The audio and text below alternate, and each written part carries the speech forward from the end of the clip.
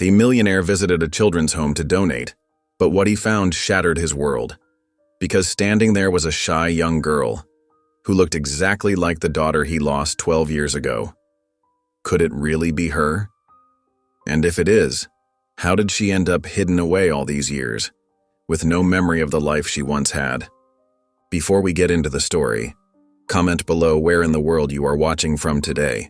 And if you like this story, don't forget to subscribe. The morning light crept through heavy curtains, casting long shadows across Ethan Wren's king-sized bed. His eyes opened slowly, focusing on the ornate ceiling of his master bedroom. Another sleepless night had left dark circles under his eyes, making him look older than his 42 years. The massive estate echoed with emptiness as his feet touched the cold marble floor. Every step through his morning routine felt mechanical, a dance he'd performed countless times since that terrible day 5 years ago. The bathroom mirror reflected a man he barely recognized anymore, graying temples, tired blue eyes, and shoulders that seemed to carry the weight of the world. 7 days, he whispered to his reflection. 1 week since the anniversary of Emma's abduction. His daughter's 8th birthday had been the last time he'd seen her smile, heard her laugh, or felt her small arms wrap around his neck in a hug. Ethan moved through his morning routine like a ghost in his own home. The kitchen, with its professional-grade appliances and marble countertops, felt too big for just one person. He made his coffee strong and black the way he'd started drinking it during those endless nights of searching, hoping, praying for any news about Emma. The mail sat in a neat pile on his desk, sorted by his housekeeper, Mrs. Chen. She came 3 times a week, the only human presence he allowed in his self-imposed isolation. Bills, investment reports, charity requests. He started sorting through them mechanically until a familiar letterhead caught his eye. "Marcus?" Ethan murmured, recognizing his former business partner's company logo. They hadn't spoken since Ethan had withdrawn from their architectural firm, unable to focus on designing luxury homes while his own lay in emotional ruins. The letter was handwritten, Marcus's distinctive scrawl filling the page. "Dear Ethan, I hope this letter finds you well. I know we haven't spoken in some time, and I respect your need for privacy. However, something has come up that I believe might interest you. The Sunshine Children's Home, a local shelter housing 30 kids, is facing immediate closure. The building is literally crumbling around them, and they've exhausted all traditional funding options. I remember how passionate you were about children's causes, even before. They're not looking for publicity, just help. Would you consider meeting with the director? No cameras, no press, just a private visit to see if this is something you'd want to be involved with. Your old friend, Marcus." Ethan's hands trembled slightly as he set the letter down. His throat felt tight, and he pushed away from his desk, walking to the floor-to-ceiling windows that overlooked his manicured gardens. The morning fog hung low over the perfectly trimmed hedges and empty playground he'd installed when Emma was 4. "Children's home," he repeated softly, the words stirring something in his chest he'd tried to keep buried. His first instinct was to say no, to write a check and send it anonymously like he'd done countless times before. It was safer that way. No attachment, no faces to haunt his dreams alongside Emma's. But something about Marcus's letter nagged at him. Maybe it was the mention of crumbling walls, which his architect's mind couldn't ignore. Or perhaps it was the thought of 30 children needing help, 30 lives hanging in the balance while he sat in his fortress of solitude. Ethan's fingers found his phone, hovering over Marcus's number. The guilt that had been his constant companion these past 5 years whispered in his ear. How many times had he wished someone had helped when Emma needed it most? How many nights had he imagined her scared and alone, while he sat surrounded by wealth that now meant nothing? "Just a visit," he said to the empty room, his voice rough with disuse. The phone rang twice before Marcus's familiar voice answered. "Ethan, I honestly didn't expect to hear from you." "The children's home," Ethan said, cutting through any attempt at small talk. "Can you arrange a private visit?" "Of course," Marcus replied, and Ethan could hear papers shuffling in the background. "They can see you this afternoon if you're available. The director understands your need for discretion." Ethan agreed to a time, ended the call, and spent the next few hours trying to talk himself out of going. He changed his clothes 3 times, finally settling on a simple gray sweater and dark slacks, nothing that screamed wealth or drew attention. As afternoon approached, storm clouds gathered outside his windows, matching his unsettled mood. Ethan walked through his garage, past the collection of luxury cars that had once brought him joy, stopping at the most understated one, a black sedan that wouldn't draw attention in the city's poorer districts. The leather seat felt cold against his back as he settled behind the wheel. Rain began to fall, fat drops that created a steady rhythm on the roof. As the garage door opened, Ethan gripped the steering wheel tighter, his knuckles white with tension. "You can still back out," he told himself, but his foot was already on the gas pedal. The car rolled down his long driveway, past the security gates that had failed to protect his family when it mattered most. The city streets grew narrower and more worn as he followed his GPS away from the affluent neighborhoods he knew. Rain fell steadily now, turning the world gray and washing away the sharp edges of buildings and people. Other cars passed in a blur of headlights and spray, each one carrying people living their normal lives, unaware that Ethan Wren was breaking his self-imposed exile. A memory surfaced, Emma in her yellow raincoat, jumping in puddles while he watched from the porch, her laughter carrying through the rain. Ethan blinked hard, forcing the image away. He couldn't think about her now, couldn't let those memories paralyze him when there were other children who needed help. The GPS directed him to turn onto a street lined with old Victorian homes, most of them converted into businesses or apartments. Somewhere ahead was the Sunshine Children's Home, and 30 kids who didn't know that their future might depend on what one broken man decided to do next. The Sunshine Children's Home loomed before Ethan, a weathered Victorian mansion that had seen better days. Rain dripped steadily from damaged gutters, creating small waterfalls along the building's faded blue exterior. The front porch sagged slightly, its wooden boards warped from years of exposure, and patches of paint peeled away like old scabs. In the side yard, broken swings swayed in the drizzling rain, their chains rusted and seats cracked. A sandbox sat waterlogged, more mud than play area now. The sight of the abandoned playground equipment made Ethan's chest tighten. He could almost hear phantom echoes of children's laughter, so different from the current atmosphere of quiet desperation. Before he could reach for the doorbell, the heavy front door creaked open. A woman in her late 60s stood in the entrance, her silver hair pulled back in a neat bun, and keen brown eyes studying him from behind wire-rimmed glasses. Despite the building's deteriorating condition, she carried herself with dignity, her clothes simple but immaculate. "Mr. Wren," she said, extending her hand. "I'm Ms. Marla Thompson. Thank you for coming, especially in this weather." Her handshake was firm and warm, her gaze direct but not challenging. Ethan noticed calluses on her palm. This was a woman who didn't shy away from hard work. "Please come in," she continued, stepping aside. "Mind the third floorboard. It tends to squeak something fierce." The interior of the home told the same story of neglect fighting against careful maintenance.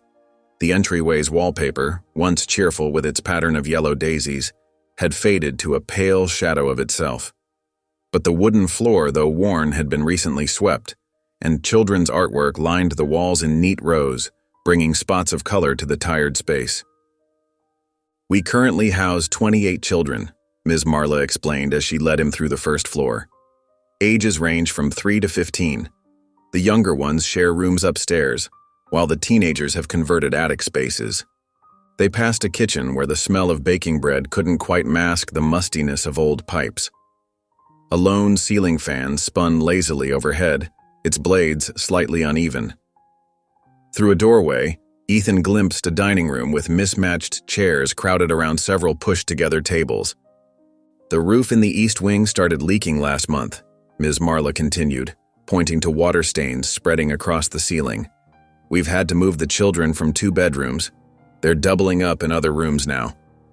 Ethan's architect's eye couldn't help but catalog every structural issue they passed.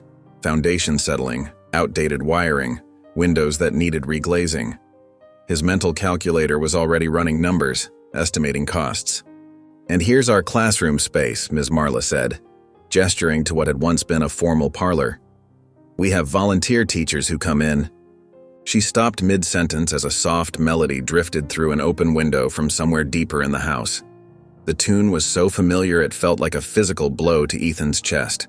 His steps faltered, and he gripped the doorframe for support. That lullaby, he knew every note, every gentle rise and fall of the melody. He and Sarah had sung it to Hope every night, taking turns rocking their baby girl to sleep. Sarah had learned it from her grandmother, who claimed it was an old Irish song passed down through generations. "Mr. Wren?" Ms. Marla's voice seemed to come from far away. "Are you all right?" Ethan couldn't answer. The song pulled at him like a physical force, drawing him down the hallway. He moved quietly, following the sound past closed doors and through shadow-filled corridors. Ms. Marla followed silently, her footsteps careful on the old floors. The melody grew stronger as they approached what appeared to be an old study converted into another classroom. Afternoon light filtered through dusty windows, casting weak rays across scattered desks and worn carpeting. Ethan peered around the doorframe, his heart pounding so hard he was sure it must be audible. A group of young children sat in a circle on a faded rug, their attention fixed on a teenage girl perched on a wooden chair in their midst. She had long, dark hair pulled back in a messy braid, and her jeans were patched at the knees. Her eyes were closed as she sang, her voice clear and sweet, carrying the familiar tune that had haunted Ethan's dreams for years. "That's Lucy," Ms. Marla whispered beside him. "She has such a gift with the little ones." Ethan barely heard her. His hands shook as he pressed them against the doorframe, memories flooding back with overwhelming force. Sarah, singing while she painted the nursery walls, baby Hope falling asleep in his arms as he hummed the melody, the empty nursery the morning after, the window open to the night, the crib perfectly made as if their daughter had never existed at all. The girl, Lucy, continued singing, unaware of her audience. A small boy rested his head against her knee, his eyes heavy with approaching sleep. Another child quietly hummed along, slightly off-key, but earnest. "Where did she learn that song?" Ethan managed to whisper, his voice rough with emotion. Ms. Marla's expression shifted slightly, something unreadable passing across her features. "Lucy's been with us since she was very young.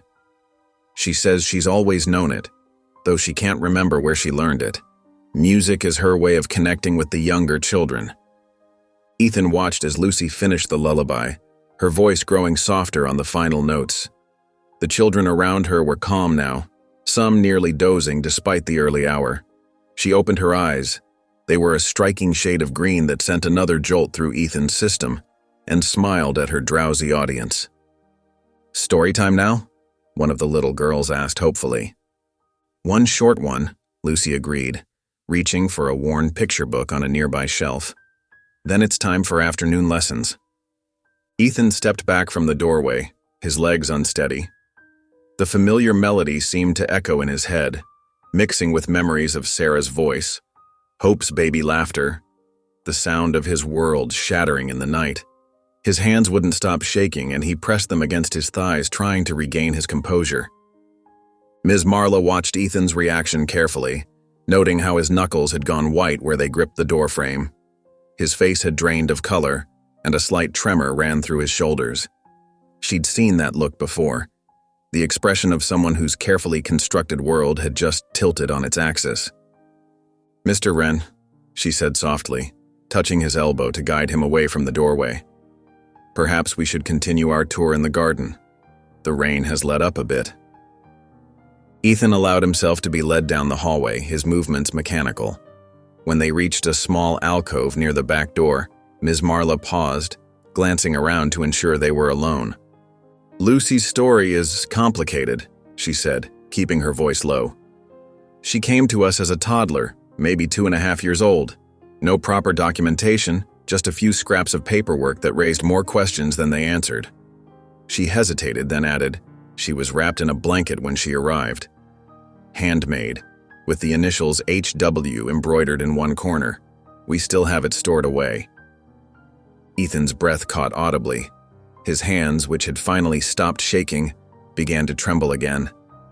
"HW," he repeated, his voice barely a whisper. "Yes," Ms. Marla continued, her tone carefully neutral. "We assumed they were family initials, but there was no way to trace them. The person who brought her here, A good Samaritan who found her, according to the story, couldn't provide many details or wouldn't. She adjusted her glasses, a habit that seemed to help her gather her thoughts. Lucy was healthy, well cared for before she came to us. Someone had loved that child. Through the window, they could see the garden, where hardy marigolds struggled to bloom despite neglect. A wooden bench sat beneath an old oak tree, its paint peeling but its structure still sound. Like everything else in the home, it spoke of care stretched thin across too many needs. "Shall we continue?" Ms. Marla suggested gently. "There's still the upper floor to see, and our library could certainly use some attention." Ethan nodded, but his eyes kept drifting back toward the hallway that led to Lucy's classroom. As they climbed the creaking stairs, he pulled out his phone, pretending to make notes about repair estimates. In reality, his hands were shaking so badly he could barely type. The upper floor revealed more structural issues: water damage from the leaking roof, windows that wouldn't fully close, ancient heating systems struggling to keep the space warm. Ethan made appropriate noises about possible solutions, but his mind was elsewhere. When they passed by the classroom again on their way back downstairs, he paused, ostensibly to examine a crack in the wall. Lucy was still there, now helping younger children with their reading. She sat cross-legged on the floor, patient and gentle as she helped a small boy sound out words. Her profile in the afternoon light showed high cheekbones and a slightly upturned nose, features Ethan had memorized in photographs of Sarah at the same age. Pretending to document the wall damage, Ethan raised his phone and quickly snapped several photos. The movement caught Lucy's attention, and she glanced up briefly, her green eyes, Sarah's eyes, meeting his for just a moment before returning to the book. "The foundation settling has caused several similar cracks," Ms. Marla commented, either not noticing his distraction or choosing to ignore it. "We've had them evaluated, but the repairs were beyond our budget." The rest of the tour passed in a blur. Ethan made appropriate responses, asked relevant questions, and took actual notes about the building's needs. But beneath his professional demeanor, his mind raced with calculations of a different sort. Lucy's approximate age, the timing of Hope's abduction, the initials on the blanket. When he finally returned to his car, his hands were shaking so badly he had to sit for several minutes before he could safely drive. The rain had started again, drumming on the roof of his luxury vehicle, creating a rhythm that seemed to match his pounding heart. The drive home was automatic, muscle memory guiding him through familiar streets while his thoughts churned. The security gate of his estate opened silently, and he pulled into the garage without really seeing it.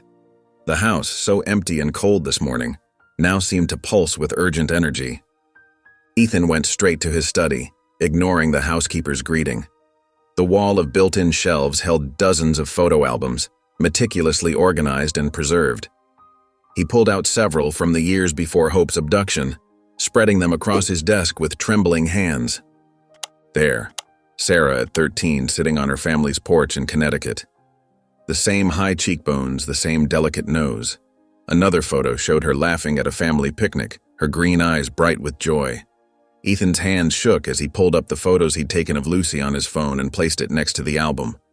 The similarities were striking. The shape of the eyes, the curve of the jaw, the way the right eyebrow arched slightly higher than the left.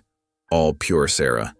Even the way Lucy had sat, ankles crossed beneath her, mirrored photos of his late wife at that age. Ethan reached for his phone again, this time scrolling through contacts until he found the number he needed. It rang 3 times before a gruff voice answered. "Frank Morrison. Frank, it's Ethan Wren. I need your help with something. Delicate." "Been a while, Ethan. What kind of delicate are we talking about?" Ethan stared at the photos spread across his desk, Sarah's familiar features next to Lucy's striking resemblance. "I need a DNA test arranged, quietly, very quietly. No one can know, especially not the subject." There was a pause on the other end. Frank had handled the initial investigation after Hope's abduction, had seen firsthand what it did to Ethan and Sarah. When he spoke again, his voice was carefully neutral. "You found something?" "Maybe." Ethan's finger traced the outline of Lucy's face on his phone screen. "I need to be sure. Can you help?" "Give me the details, I'll make it happen." As Ethan explained the situation, his eyes never left the photographs. 13 years of emptiness, of guilt and grief and unanswered questions pressed in around him. But for the first time since that terrible morning, he felt something else. Hope. The next few days passed in a blur of restless anticipation for Ethan. He found himself unable to focus during business meetings, his mind constantly drifting to the children's home and the girl who might be his long-lost daughter. His normally pristine desk became cluttered with half-finished drawings and abandoned emails. Sleep proved elusive. Each night he would lie awake in his massive bedroom, staring at the ceiling while memories of Hope's baby years played through his mind like an old film reel. The sound of her first laugh, the way she would reach for him with tiny hands, the lullaby that now echoed in his thoughts, sung in Lucy's clear voice. Unable to simply wait, Ethan threw himself into helping the children's home in small, unobtrusive ways. He arranged for new mattresses to be delivered, citing health and safety regulations when Ms. Marla tried to protest the expense. The old beds had been worn thin, springs poking through in places. He watched from his car as the delivery men carried in the new ones, seeing Lucy help direct the younger children to temporary sleeping arrangements during the swap. A week later, he funded repairs for the playground equipment, careful to work through his business manager rather than appear in person too often. From the privacy of his car, parked discreetly down the street, he observed Lucy pushing the younger kids on the newly fixed swings. Her patient smile, the gentle way she made sure each child got a turn. It was all Sarah, every gesture. The leaky roof was next. Ethan hired contractors who worked quickly and quietly, completing the repairs with minimal disruption to the home's daily routines. During one of his drive-bys, he spotted Lucy leading a group of children in an impromptu dance party in the yard, while the workers hammered overhead. She moved with Sarah's natural grace, even as she made silly gestures to make the little ones laugh. Each small improvement felt like building a bridge piece by piece, though Lucy had no idea who was behind them. Sometimes during his careful observations, she would glance in his car's direction, and his heart would stop. But she always looked away, never showing any sign of recognition. 10 days after his visit to the home, Ethan's phone rang during a meeting. Seeing Frank's number, he excused himself immediately, hands trembling as he stepped into an empty conference room. "Well?" Ethan could barely get the word out. Frank's voice was gentle, understanding the weight of the moment. "It's a match, Ethan. 99.9% probability. Lucy is Hope." The phone slipped from Ethan's grasp, clattering on the polished conference table. He groped for a chair, his legs suddenly unable to support him. The room spun as 13 years of grief and guilt crashed over him like a tidal wave. "Ethan, you there?" Frank's voice came faintly from the fallen phone. With shaking hands, Ethan retrieved it. "Yes," he managed. You're sure?" "Completely. I'm sending you the full report now. Do you want me to come over?" "No," Ethan's voice cracked. "No, I need to be alone with this." The drive home passed in a daze. Twice, Ethan had to pull over when tears blurred his vision too badly to continue. By the time he reached his estate, the sun was setting, casting long shadows across the manicured lawn. In his study, Ethan pulled up Frank's email. The clinical language of the DNA report swam before his eyes. Probability of paternity, 99.9%. The alleged father cannot be excluded. The combined paternity index equals. A sob tore from his throat, raw and primal. 13 years of searching, of wondering, of imagining every possible scenario. And here she was, just miles away. Alive, safe, beautiful. The relief was overwhelming, but it quickly tangled with other emotions. Grief for the years lost, anger at whoever had taken her, fear of what came next. Memories of Hope's early years flooded back with crushing intensity. Sarah singing their special lullaby while rocking her to sleep. The tiny handprints Hope had pressed into wet cement when they poured the garden path. The butterfly mobile that still hung in her untouched nursery gathering dust. And Sarah. Oh God, Sarah. She had died never knowing their daughter was alive. The thought brought fresh tears, and Ethan buried his face in his hands, shoulders shaking with sobs that echoed through the empty house. Hours passed as Ethan alternated between weeping and staring at old photographs, comparing every detail of baby Hope with his recent pictures of Lucy. The same chin, the same way of tilting her head when concentrating, the same gentle manner with smaller children. As midnight approached, Ethan found himself driving through the quiet streets toward the children's home. He parked across the street, clutching the DNA results in hands that wouldn't stop shaking. The building loomed dark and silent, with only a single security light casting a flickering glow near the front gates. Stepping out of his car, Ethan walked slowly to the gates. The metal was cool under his fingers as he gripped the bars, looking up at the window he now knew was Lucy's, Hope's, his daughter's. The light post buzzed fitfully overhead, its unsteady illumination matching his turbulent emotions. The papers crinkled in his grip as reality settled heavily on his shoulders. Finding her had been the easy part. Now came the real challenge: how to approach a traumatized 13-year-old girl who had no memory of him. How to tell her that everything she knew about herself was wrong. How to rebuild a relationship shattered by 13 years of separation. One wrong move could send her running. Too much pressure could break the fragile trust he hoped to build. The legal battle would be straightforward. He had the DNA proof in his hands.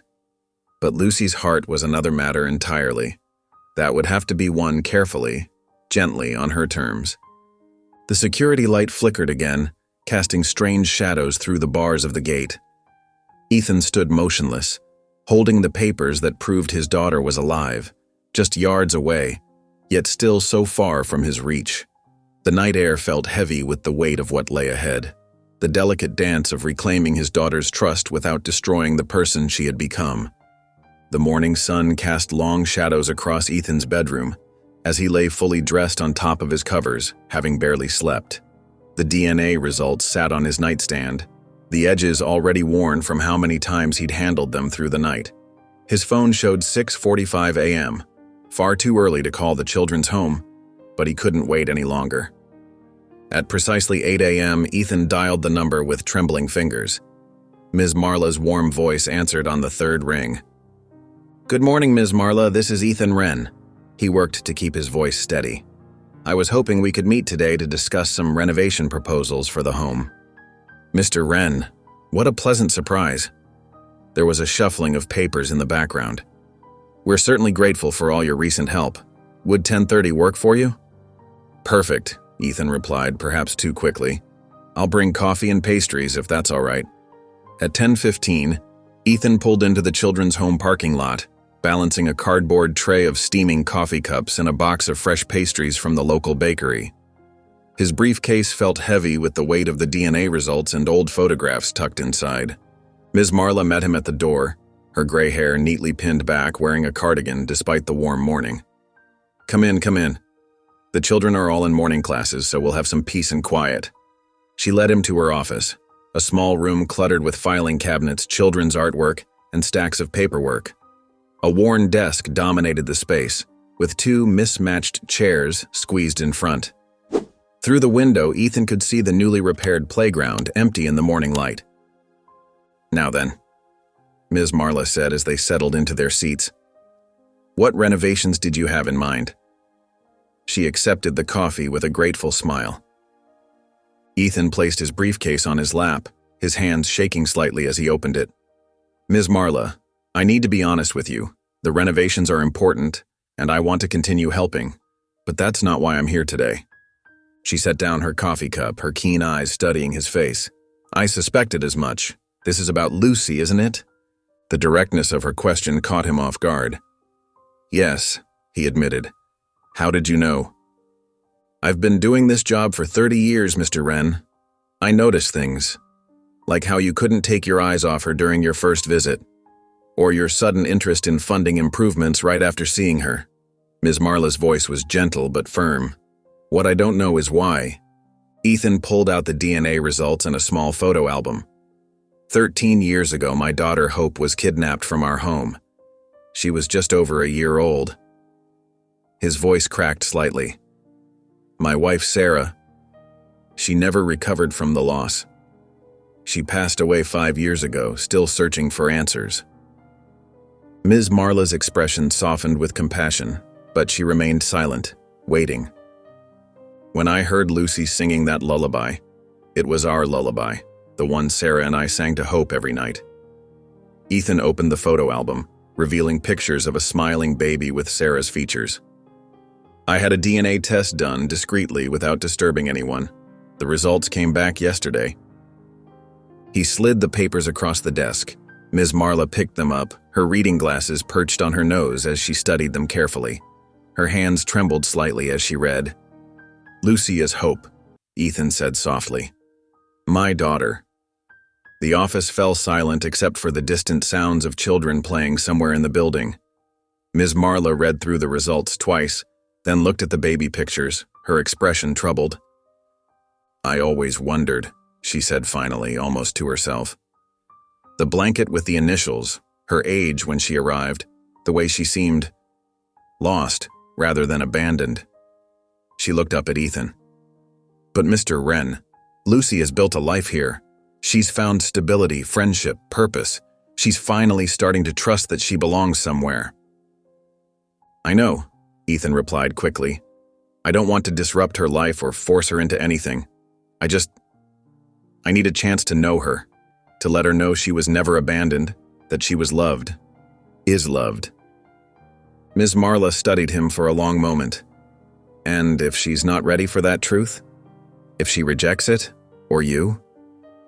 "Then I'll wait," Ethan said firmly. "I'll keep supporting the home, keep helping from a distance until she's ready. I've missed 13 years. I won't risk losing her again by pushing too hard." The elderly caretaker nodded slowly, seeming to come to a decision. "Lucy is special, not just because she's your daughter, but because of who she is. She's protective of the younger children, fiercely independent, and very wary of adults who show too much interest in her." She leaned forward. "If we do this wrong, she'll shut down completely." "What do you suggest?" Ethan asked, hope rising in his chest. "Let me introduce you properly but casually. Tomorrow afternoon we're having a small art session in the garden. Lucy helps teach the younger ones to draw. Come by as a volunteer, someone interested in supporting the arts program." Ms. Marla's eyes were serious. "Don't hint at anything else. Let her get used to your presence first." Ethan nodded eagerly. "Yes, of course, whatever you think is best." "And Mr. Wren?" Ms. Marla's voice was stern. "Lucy has built walls to protect herself. They're high and thick, and they've kept her safe through a lot of uncertainty. Don't expect them to come down quickly, no matter how much love you have to offer." "I understand," Ethan said softly. "I just want a chance to show her that she doesn't need those walls with me. That she never did." Ms. Marla gathered the DNA results and photos, handing them back to him carefully. "Tomorrow at 2 p.m., bring some art supplies, nothing fancy, just basic sketching materials. And Mr. Wren?" She waited until he met her eyes. "Remember, slow and steady. Lucy spooks easily like a wild deer. One wrong move, and she'll bolt." The next afternoon, sunlight filtered through the old oak trees that lined the children's home's driveway as Ethan parked his car. He'd deliberately chosen his most casual outfit, worn jeans, a faded blue button-down shirt with rolled-up sleeves, and comfortable walking shoes. His usual tailored suits and designer clothes stayed behind in his closet. Even his luxury car felt out of place here, so he'd parked it around the corner. His heart thundered in his chest as he approached the entrance, carrying a large paper bag filled with art supplies, basic sketchbooks, pencils, and some colored markers. Nothing too fancy that might draw attention to himself.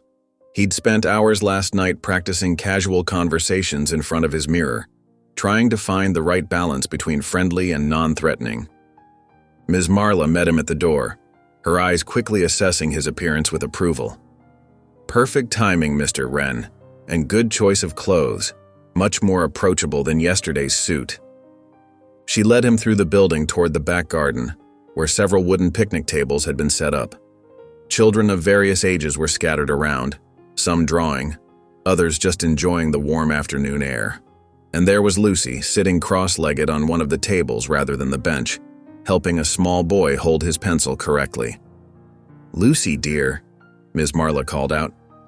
"Could you come here for a moment? We need your help with something important." Lucy looked up, her long dark hair falling over one shoulder. She said something quietly to the little boy before sliding off the table with natural grace. As she approached, Ethan could see Sarah's features even more clearly in the sunlight. The same slight tilt to her nose, the same arch of her eyebrows. "Lucy, this is Mr. Wren," Ms. Marla said casually. "He's been helping us with some repairs around the home, and now we're thinking about fixing up the playground. Since you spend so much time out here with the younger children, we thought you might have some good ideas." Lucy's eyes met Ethan's briefly before darting away. "Nice to meet you," she said quietly, her voice carrying a hint of wariness. "It's nice to meet you too, Lucy," Ethan replied, keeping his voice steady despite the emotion threatening to overwhelm him. "Ms. Marla tells me you're quite creative. Would you mind showing me around the playground and pointing out what you think needs improvement?" Lucy glanced at Ms. Marla, who nodded encouragingly. "Okay," she agreed, though she maintained a careful distance as she led them toward the playground equipment. The playground was functional but showed signs of wear. The swings creaked, the slide had a few rust spots, and the wooden structure needed fresh paint. Lucy walked them through the space, pointing out loose boards and wobbly railings with surprising attention to detail. "What would you change if you could do anything?" Ethan asked, genuinely curious about her thoughts. Lucy hesitated, scuffing her shoe against the ground. "Well," she started, then stopped. "Go on," Ms. Marla encouraged. "Mr. Wren really wants to hear your ideas." Lucy took a deep breath. "The little ones need somewhere to hide sometimes, not to get away from us," she added quickly, "but just somewhere that feels like their own special place, like a secret garden, with plants and maybe some benches where they can sit when they need quiet time." Ethan's heart swelled with pride at her thoughtfulness. "That's brilliant," he said sincerely. "A safe space where they can feel in control of their environment. We could add some flowering vines on trellises to create natural walls, maybe even a small fountain for peaceful background noise." Lucy's eyes lit up, and for the first time a genuine smile spread across her face. "Really? You could do that?" "Absolutely," Ethan replied, fighting back tears at seeing her smile, Sarah's smile. "We could even add some butterfly-attracting plants. Would you like to help design it?" Lucy's enthusiasm was visible now, though she still maintained her physical distance. "I have some drawings. Ideas I made during art class. Would you want to see them?" "I'd love to," Ethan said warmly. They spent the next hour at one of the picnic tables looking over Lucy's sketches. Her artistic talent was evident in the detailed drawings, and Ethan recognized his own eye for design in the way she planned the space. Ms. Marla sat with them, offering occasional suggestions but mostly letting them talk.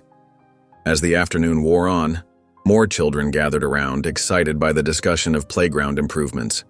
Lucy seemed most animated when explaining how the secret garden would help the younger kids, and Ethan noticed how the small children naturally gravitated toward her, seeking her attention and approval. When the sun began to set, Ms. Marla announced it was time for dinner preparations. Lucy gathered her drawings carefully, promising to work on more detailed plans for the secret garden. As Ethan packed up to leave, he could see that while she remained cautious, some of her initial wariness had faded. Walking back to his car, Ethan took a longer route around the building, needing a moment to compose himself after the emotional afternoon. That's when he heard it. The soft, familiar melody floating through the early evening air.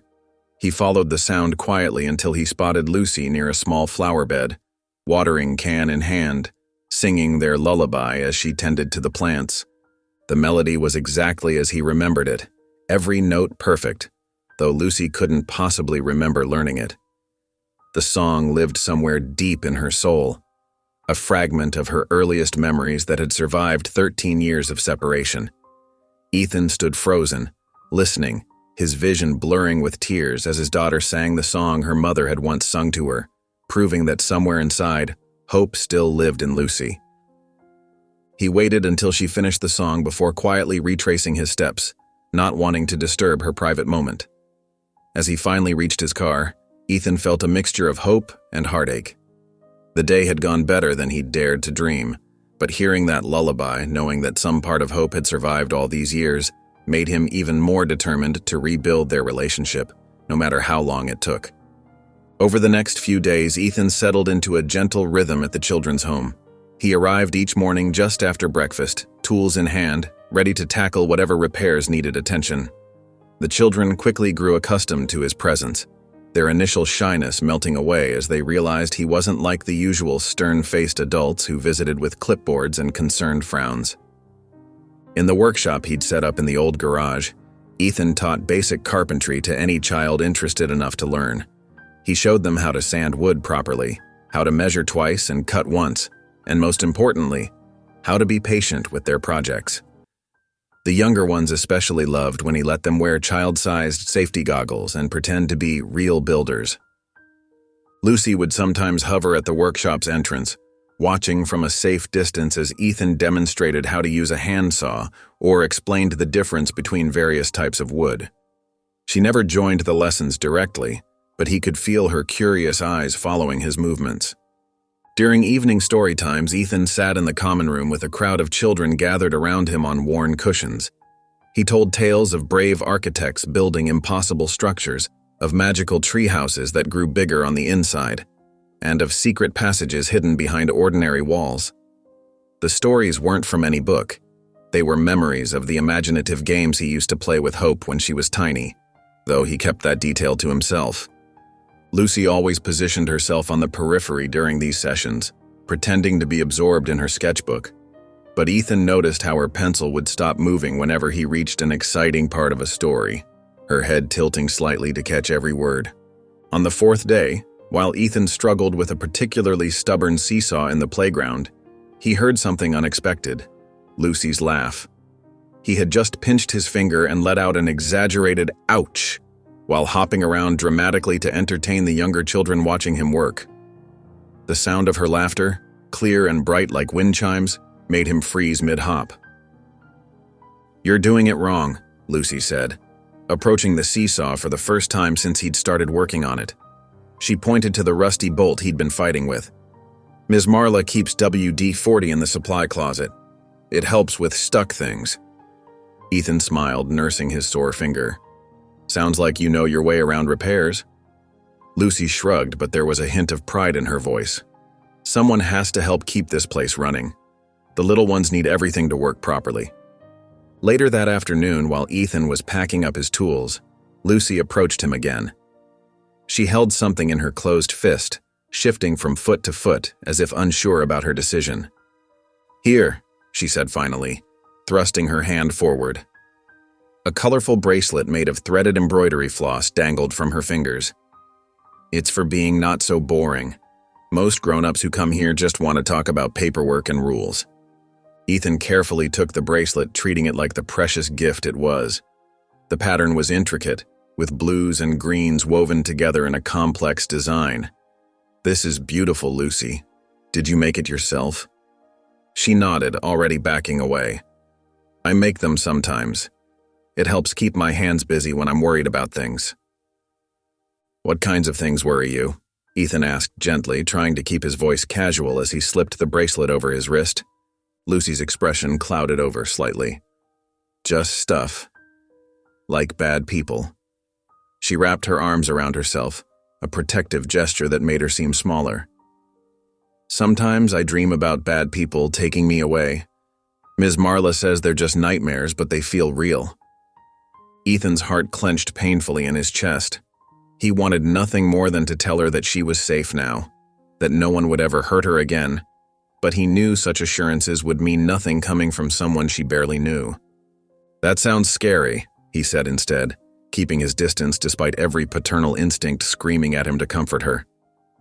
"It's good that you have Ms. Marla and the other kids here to help you feel safe." Lucy nodded distractedly, already retreating behind her usual careful walls. "I should go help with dinner prep," she said, turning away quickly. That evening, as the day wound down, Ethan helped supervise cleanup time in the playroom. Children scurried around, putting toys in bins and books back on shelves. Lucy moved efficiently through the chaos, directing the younger ones with gentle reminders and praise. Suddenly, red and blue lights began flashing through the windows, accompanied by the distinctive wail of an ambulance siren. The vehicle must have been heading to a nearby emergency, its lights reflecting off the playroom walls in rotating patterns. Lucy stopped mid-motion, a stuffed animal clutched to her chest. Her face went stark white, and her body became completely still, like a statue. The only movement was the slight trembling of her hands as they gripped the toy tighter. Ethan watched, his own heart breaking, as the tough, confident girl he'd been getting to know disappeared, replaced by someone much more vulnerable. Her eyes had gone distant, focused on something no one else could see, and her breathing had become shallow and quick. Ms. Marla, who had been supervising from the doorway, quickly moved to Lucy's side. She spoke in low, soothing tones, guiding the girl to sit in a nearby rocking chair. The other children, sensing something was wrong, quieted their play and gave Lucy space. Ethan stood helplessly by, wanting to help but knowing his presence might only make things worse. He watched as Ms. Marla gently pried the stuffed animal from Lucy's grip and replaced it with a soft blanket, which Lucy immediately pulled around her shoulders like armor. The ambulance passed, its sirens fading into the distance, but Lucy remained tense, her eyes fixed on the window where the lights had been. The incident lasted only a few minutes, but to Ethan, it felt like hours. Watching his daughter battle demons he couldn't fight for her, trauma he couldn't erase. As color slowly returned to Lucy's cheeks and her breathing steadied, Ethan saw the weight of invisible scars she carried. Behind her brave face and careful independence lay years of fear and confusion, memories too heavy for any child to bear alone. The realization hit him like a physical blow. Finding her had been the easy part. Helping her heal would be a journey measured not in days or weeks, but in tiny moments of trust, built one careful step at a time. A week had passed since the ambulance incident, and Ethan felt the fragile threads of trust growing between him and Lucy. She no longer hid when he arrived at the shelter, sometimes even seeking him out to show him her latest sketches or ask questions about building techniques. Each small interaction felt like a precious gift, but the weight of his secret pressed heavier on his heart with each passing day. One sunny afternoon, after watching Lucy help the younger children with their lunch, Ethan approached Ms. Marla in her office. The small room was cluttered with paperwork and children's artwork, every surface telling the story of years dedicated to caring for others. "I think it's time," Ethan said quietly, his hands fidgeting with the friendship bracelet Lucy had given him. "She deserves to know the truth." Ms. Marla looked up from her desk, studying him with wise eyes that had seen countless children's struggles. "Are you sure? Once this door opens, there's no closing it." Ethan nodded, though his stomach churned with anxiety. "I've noticed she likes to read in the garden after lunch. Could I speak with her there? It's open enough that she won't feel trapped, but private enough for this conversation." Ms. Marla sighed deeply, removing her reading glasses. "Lucy's in a good place right now, Ethan. The most stable she's been in years. If this goes wrong—" "I know," Ethan interrupted gently. "But living with this knowledge while watching her struggle with fragments of memories she can't understand, it feels wrong. She deserves to know who she is, even if she decides she wants nothing to do with me." After a long moment, Ms. Marla nodded. "I'll make sure you have privacy in the garden, but I'll be watching from the porch. Lucy needs to know she has a safe retreat if things become too overwhelming." The garden was really just a small patch of land behind the shelter, where determined wildflowers pushed through cracks in the concrete, and an old oak tree provided welcome shade. Lucy had claimed a broken wooden bench beneath the tree as her reading spot, where she often sat with her legs tucked under her, lost in whatever book had captured her attention that day. Ethan's footsteps felt heavy as he approached the garden after lunch. Lucy was already there, a worn paperback in her hands, her dark hair catching glints of sunlight that filtered through the leaves above. She looked up as he approached, offering a small smile that made his heart ache with its innocence. "Mind if I join you?" he asked, gesturing to the empty space on the bench. Lucy shrugged, moving over slightly. "It's a free country," she said, marking her place in the book with a pressed flower she used as a bookmark. Ethan sat down carefully, mindful of the bench's precarious state. His hands were trembling slightly, and he clasped them together to steady them. The moment felt surreal, sitting next to his daughter, about to shatter her world with truth. "Lucy," he began, his voice softer than he intended. "I'd like to tell you a story if that's okay. A real one this time, not like the ones I tell during story hour." She turned toward him slightly, curiosity evident in her expression. "Is it about buildings again? Because I actually kind of like those stories." "No," Ethan said, managing a weak smile. "This is about a family. About 13 years ago, there was a man who had everything he could want. A beautiful home, a loving wife, and a baby daughter named Hope." Lucy's posture shifted slightly, becoming more alert. Ethan continued, his voice steady despite the emotion threatening to overwhelm him. Hope was the light of their lives. Every night her parents would sing her a special lullaby, one that her mother had learned from her own mother. He paused, watching Lucy's face carefully. "The same lullaby I've heard you sing to the younger children here." Lucy's hands tightened around her book. "Lots of people know lullabies," she said, but her voice had lost its casual tone. "They do," Ethan agreed, "but not many people would know this particular one, paired with this." He reached into his jacket pocket and withdrew a photograph, aged and worn at the edges from years of handling. In it, a baby girl wore a pink dress wrapped in a white blanket with the initials HW embroidered in the corner. Lucy's face had gone pale, her eyes fixed on the photograph. Her fingers reached out unconsciously before she yanked them back, as if the photo might burn her. "That blanket," she whispered, "was found with you when you arrived here," Ethan finished gently. "The initials stand for Hope Wren. My daughter, my Hope, was taken from us when she was just over a year old. We never stopped looking for her, never stopped hoping we'd find her again." Lucy stood up abruptly, the book falling from her lap onto the ground. Her hands were shaking now, and her face had transformed from pale to flushed with anger. "No," she said, backing away from the bench. "No, you're lying. You're just like all the other rich people who come here, thinking you can just buy whatever you want, even a ready-made daughter." "Lucy, please." Ethan stood slowly, keeping his movements careful and non-threatening. "I have proof. DNA tests, old photographs, documents." "I don't want your proof." Lucy's voice cracked with emotion. "I don't want your stories or your DNA tests or your perfect life. I'm not your Hope. I'm Lucy. Just Lucy. That's who I've always been, and that's who I'll always be." Tears were streaming down her face now, but she didn't seem to notice them. Her whole body was rigid with defensive anger, but beneath it, Ethan could see the terror, the fear of having her entire identity questioned, of having her world turned upside down. "You're a liar," she spat out, her voice breaking. "A liar who thinks he can just walk in here and pretend to care about us, and then try to steal me away. Well, I won't let you. I won't." Before Ethan could respond, Lucy turned and ran toward the shelter, her footsteps pounding against the concrete. The screen door slammed behind her with a sharp bang that seemed to echo in the sudden silence of the garden. Ethan stood alone by the broken bench, the photograph still in his trembling hand. He felt hollowed out, as if all the hope he'd been carefully nurturing over the past week had been ripped away in an instant. The old photo fluttered in the breeze, the smiling baby in the picture seeming to mock his failure. From the porch, Ms. Marla watched the scene unfold with a heavy heart. She'd seen the fear in Lucy's eyes, the instinctive rejection of a truth too big to process. She'd also seen the devastation on Ethan's face as his daughter ran from him once again. Standing there in her faded house dress, the elderly caretaker knew this was only the beginning of what would likely be a long and painful journey for both father and daughter.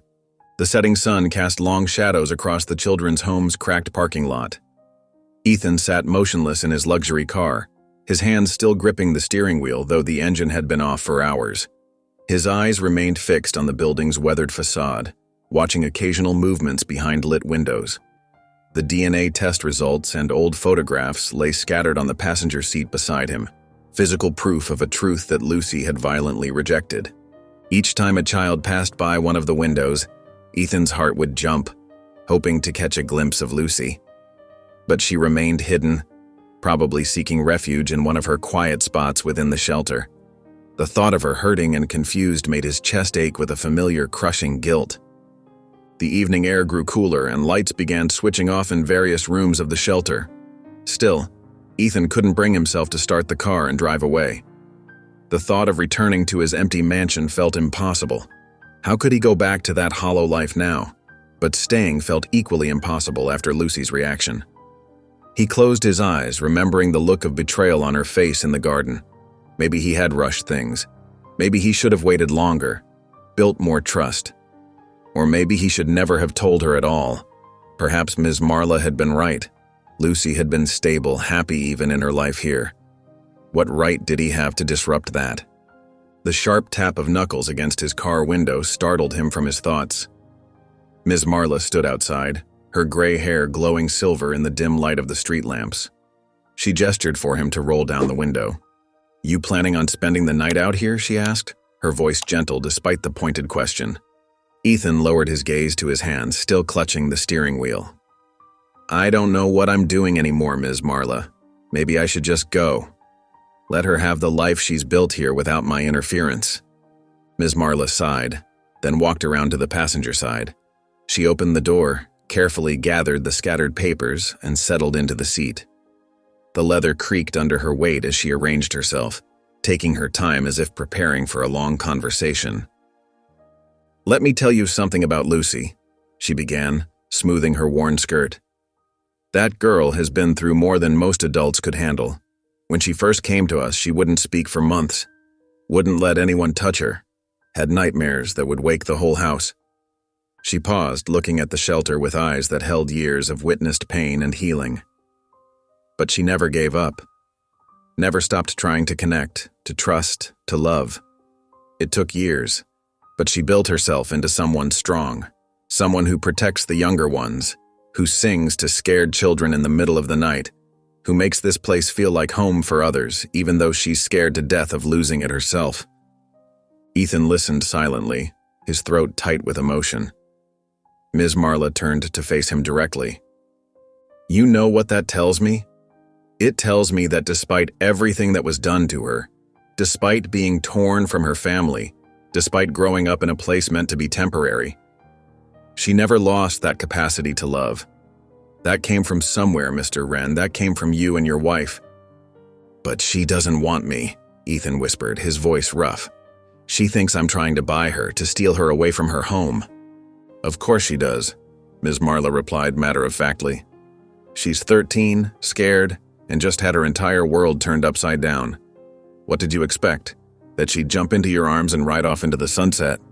The bluntness of her words made Ethan wince. "No, but nothing," Ms. Marla interrupted. "Listen to me carefully, Mr. Wren. That girl in there, she needs someone to stay, not someone who shows up with grand revelations and expects immediate acceptance, not someone who runs away when things get hard. She needs someone who will be there tomorrow and the next day, and the day after that, proving through actions, not words, that she matters enough to stick around." She handed the stack of papers back to him. "These prove she's your daughter by blood. But if you want to be her father in her heart, that's something you'll have to earn, one day at a time on her terms." Ethan took the papers, staring at them as if seeing them for the first time. "What if she never accepts me?" "Then you'll still be the man who chose to be there for her, who showed her what unconditional love looks like." Ms. Marla's voice softened. "Sometimes the bravest thing we can do is just show up, day after day, without demanding anything in return." The truth of her words settled deep in Ethan's chest, replacing some of the despair with quiet determination. He straightened in his seat, mind already working through what needed to be done. "I'll need to find a place nearby," he said, more to himself than Ms. Marla. "Something small, nothing intimidating, and I should probably talk to the volunteer coordinator about making my position official." Ms. Marla smiled, a knowing look in her eyes. "There's a little house for rent 2 blocks over on Maple Street. Nothing fancy, but it's clean and close. And we always need reliable volunteers, especially ones who know their way around a toolbox." Ethan nodded, already pulling out his phone to make notes. "I won't mention being her father again, not until she's ready, if she's ever ready. I'll just be Mr. Wren, the volunteer who helps fix things." That's a good start, Ms. Marla agreed, opening the car door. Sometimes the strongest foundations are built on the simplest truths. She paused before stepping out. The shelter opens at 7 tomorrow morning. We've got a broken swing set that could use some attention. I'll be here, Ethan promised, and for the first time since the confrontation in the garden, he felt steady again. He had spent 13 years searching for his daughter. He could spend 13 more proving he deserved to be in her life. Ms. Marla nodded and closed the car door, walking back toward the shelter to finish her evening rounds. Ethan started his car, but instead of turning toward his mansion, he drove slowly through the neighborhood, familiarizing himself with what would soon be his new home. The morning sun cast long shadows across the children's home as Ethan arrived, his old pickup truck now a familiar sight in the parking lot. He'd traded his luxury car for something more practical, something that could haul lumber and tools. His designer suits hung forgotten in his rented house's tiny closet, replaced by worn jeans and flannel shirts that wouldn't mind a bit of paint or sawdust. Today's project was a collection of wooden chairs that had seen better days. Some wobbled dangerously, others had missing slats, and a few looked ready to collapse entirely. Ethan unloaded his toolbox and a few pieces of spare wood from the truck bed, noting the curious faces that always appeared in the windows when he arrived. He set up his makeshift workshop under a large oak tree in the yard, spreading out his tools with practiced care. As he worked, measuring and marking replacement pieces, he felt the weight of watchful eyes from above. He knew without looking that Lucy was in her usual spot by the second-floor window, pretending to read while stealing glances at his progress. The morning passed quietly as Ethan sanded rough edges and replaced broken parts. He worked steadily, pausing only to wave at the younger children who ventured close enough to watch. They peppered him with questions about his tools, which he answered patiently, even letting them help with simple tasks like holding pieces steady or passing him screwdrivers. Around midday, dark clouds began rolling in. Most of the children scattered inside at Ms. Marla's call for lunch. But Ethan noticed a serious problem with one of the drain pipes near the building's corner. It had pulled away from the wall, threatening to dump water directly against the foundation. With the forecast promising heavy rain, he knew it couldn't wait. The first drops were falling as Ethan propped his ladder against the wall. He could have gone inside, waited for better weather, but something in him refused to leave the job undone. As the rain intensified, he continued working, his clothes growing increasingly sodden. Water dripped from his hair into his eyes as he wrestled with the stubborn pipe brackets. Below, he heard giggles and excited chatter as children pressed their faces against the windows, pointing and laughing at the silly man who wouldn't come in from the rain. "Mr. Wren's gonna turn into a fish," one of the younger boys called out, causing a ripple of laughter. "Nah, he's already a duck," another child shouted back. Ethan grinned despite himself, making an exaggerated show of shaking water from his hair like a dog, which sent the kids into fits of delighted squealing.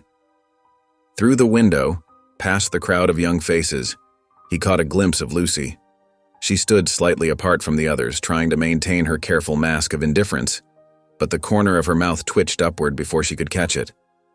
That tiny, almost smile warmed him more than any dry clothes could have. The next few days followed a similar pattern. Ethan arrived early, tackled whatever needed fixing, and left without pushing for any interaction with Lucy.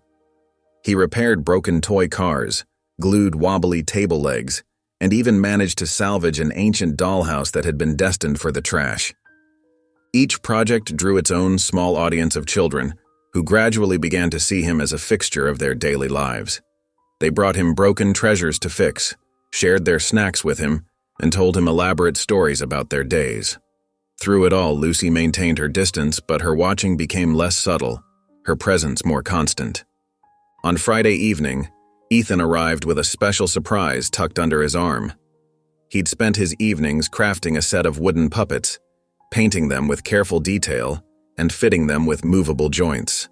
There were knights and dragons, princesses and wizards, each one unique and full of character. Ms. Marla helped him set up in the common room, arranging chairs in a semicircle and hanging a sheet between two poles to create a makeshift puppet theater. Word spread quickly through the shelter, and soon the room was filled with excited children sitting cross-legged on the floor. Ethan began his story, making his voice change for each character. He told a tale about a lonely dragon who thought nobody would ever want to be his friend because he looked different from everyone else. The children leaned forward, completely absorbed, as the dragon learned that what made him different also made him special. Halfway through the performance, movement near the door caught Ethan's eye. Lucy stood in the shadows of the hallway, trying to appear casual while clearly listening intently. Slowly, carefully, she edged into the room, finding a spot against the back wall where she thought nobody would notice her. Ethan continued his story, careful not to acknowledge her presence or do anything that might make her feel self-conscious. But his heart soared as he noticed her gradually sliding down the wall to sit on the floor, her knees pulled up to her chest, her eyes fixed on the dancing puppets.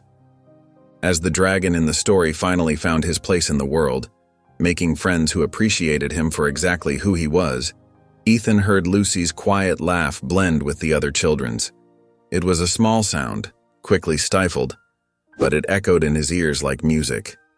The story ended with the dragon and his new friends having a grand celebration, complete with silly dances that made the puppet bounce and spin. The children clapped and cheered, begging for another story. When Ethan looked toward the back of the room again, Lucy was already slipping away into the hallway, but he had seen the smile she couldn't quite hide. Later, as he packed up his puppets and prepared to leave for the night, he found a small piece of paper tucked into his toolbox. On it was a rough sketch of his dragon puppet, surprisingly well drawn, with the words "not bad" written in careful handwriting at the bottom. There was no signature, but he knew exactly who had left it. Ethan carefully folded the paper and tucked it into his wallet, right next to the faded photograph he always carried. It wasn't much, just 2 words and a drawing, but to him, it felt like the first ray of sunlight after a very long storm. The basement of the children's home stored decades of forgotten memories in rusted filing cabinets and boxes. On a quiet Sunday, dust particles floated in the weak light as Ethan and Marla sorted through the clutter. "We should have organized this years ago," Marla sneezed, opening a box of yellowed papers. Something more urgent always came up. Ethan nodded, understanding how children's daily needs left little time for old records. Dust streaked his rolled-up sleeves as he lifted documents from a broken drawer. "Most of these can go," he said, checking dates. "Old receipts, utility bills." "Wait," Marla cautioned. "Keep anything about the children. Some return as adults seeking information." They worked quietly, creating shredding and preservation piles. Morning light moved across the floor as they brought order to chaos. Ethan became absorbed in the home's history, faded photos, parents' thank-you notes, children's artwork. By midday, as Ethan moved a heavy shelf, several folders fell from behind it. He bent to gather them, but froze upon seeing HW in faded blue ink on one envelope. "Marla," he called shakily, "look at this." Marla approached as Ethan opened the dusty folder containing official forms and handwritten notes. A letter in Spanish with English translation captured their attention. Ethan read with trembling hands. "I write to explain about the little girl. I found her at the agency where I cleaned. Men were planning to sell children. The baby was beautiful, sleeping in a car seat. They had terrible plans for her. I took her when they weren't looking. It was wrong to take, but worse to leave her. I kept her safe but cannot keep her. I have no papers. I heard this home helps children without questions. The baby had a blanket marked HW. She likes when I sing. She remembers a song from before. Please keep her safe. I must go where bad men cannot find me. I'm sorry I cannot do more. God bless this child." It was signed simply Maria. Marla sank onto a box, pale-faced. "I remember when Lucy, Hope, arrived. Late at night, the woman wouldn't come inside, just handed her over with supplies in this folder. She was crying but refused help, just repeating, 'Protect her.'" Ethan sat on the floor, cradling the folder, sickened by what might have happened without this brave woman's intervention. "There's more," Marla said, examining other papers. "Intake forms from different agencies, varied dates and locations. Someone was hiding her trail, but Maria figured it out." They spent an hour reconstructing the evidence of suspicious transfers and questionable signatures. The system meant to protect Hope had nearly delivered her to traffickers. "We can't let this information get into wrong hands," Marla insisted. "That woman risked everything for Hope." Ethan nodded, already planning secure storage. "We'll protect Maria's identity. But someday, Lucy should know someone loved her enough to risk everything." "When she's ready," Marla agreed. "She needs to know she wasn't abandoned, she was rescued." They placed the documents in a new folder for Ethan's safety deposit box. Above, they heard children playing, Lucy among them, and Ethan felt profound gratitude for the woman who ensured his daughter's safety. "We'll honor what Maria did," Ethan said as they finished. "This home should always protect children, however they come to us." Marla smiled, touching his arm. "It already does, thanks to people like you." They closed the basement, leaving decades of memories behind. But Hope's rescue story remained safely preserved, waiting for the right time to help a young girl understand she'd always been loved, by her searching father, by a stranger who saved her, and by all who kept her safe. The late afternoon sun cast long shadows across the children's home's backyard as Ethan unloaded wooden planks and tools from his truck. He had spent the previous evening carefully selecting the finest cedar boards he could find, wanting this project to be special. The wood had a rich, warm color and a pleasant scent that filled the air as he arranged the materials on a worn tarp. Several of the younger children had already gathered around, bouncing with excitement at the prospect of building something. Tommy, a 7-year-old with perpetually untied shoelaces, picked up a hammer almost as big as his arm. "Careful there, buddy," Ethan said, gently taking the hammer back. "First, we need to talk about safety rules."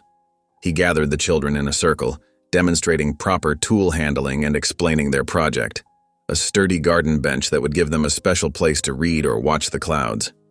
From the corner of his eye, he noticed Lucy standing at the back door, pretending not to watch. She wore her usual defensive expression, arms crossed tightly across her chest, but her eyes followed his movements as he showed the younger kids how to measure and mark the wood. "Remember," he said, loud enough for everyone to hear, "the most important part of building anything is getting the measurements right. One wrong cut, and the whole thing could end up crooked." Tommy and his friend Sarah attempted to hold a board steady, while Ethan showed them how to use the pencil and square. The board wobbled dangerously as they giggled and shifted their weight. "That's totally wrong," Lucy's voice cut through the air. She had moved closer without anyone noticing. "You're going to mess up the whole thing." Ethan looked up, keeping his expression neutral despite the leap of hope in his chest. "You think you could do better?" Lucy rolled her eyes but stepped forward. "Obviously, give me that." She took the measuring tape from Tommy's hands and knelt beside the board. Her movements were precise as she marked the cutting lines, her small hands steady and sure. "Like this," she demonstrated to the younger children. "See how the line needs to be perfectly straight? Otherwise, your bench will look like it's had too much coffee." The children laughed at her joke, and even Ethan couldn't help smiling. He watched as Lucy naturally took charge of the measuring team, organizing the younger kids into an efficient assembly line. She had an instinctive eye for design, something that made his heart ache with recognition. "The legs need to be exactly the same length," Lucy instructed, checking each piece carefully, "unless you want people to fall off when they sit down." As the afternoon progressed, Lucy remained involved, though she maintained a careful distance from Ethan. She worked primarily with the younger children, showing remarkable patience as she helped them sand the wood smooth and align the pieces properly. Ethan focused on the more dangerous tasks, the actual cutting and initial assembly, but made sure to praise everyone's contributions equally. "Great job on those measurements, Lucy," he said casually when she'd helped Tommy get a particularly tricky angle right. "That's going to make this bench extra sturdy." The sun was beginning to set when they finally assembled all the pieces. The bench took shape under their combined efforts, a simple but elegant design with a gently curved back and smooth, comfortable seat. The cedar glowed warmly in the golden evening light. "Now for the best part," Ethan announced, pulling out a wood-burning tool. "Everyone gets to add their mark to make it special." The children lined up eagerly, each taking turns to carefully burn their initials into the bench's back. Ethan helped the younger ones handle the tool safely, making sure each child had their moment to make their mark. Lucy hung back until everyone else had finished. Just as Ethan was about to pack up the tool, she stepped forward. "Wait," she said quietly. "There's one more."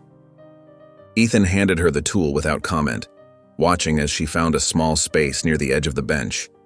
With steady hands, she carefully burned 2 letters into the wood. HW.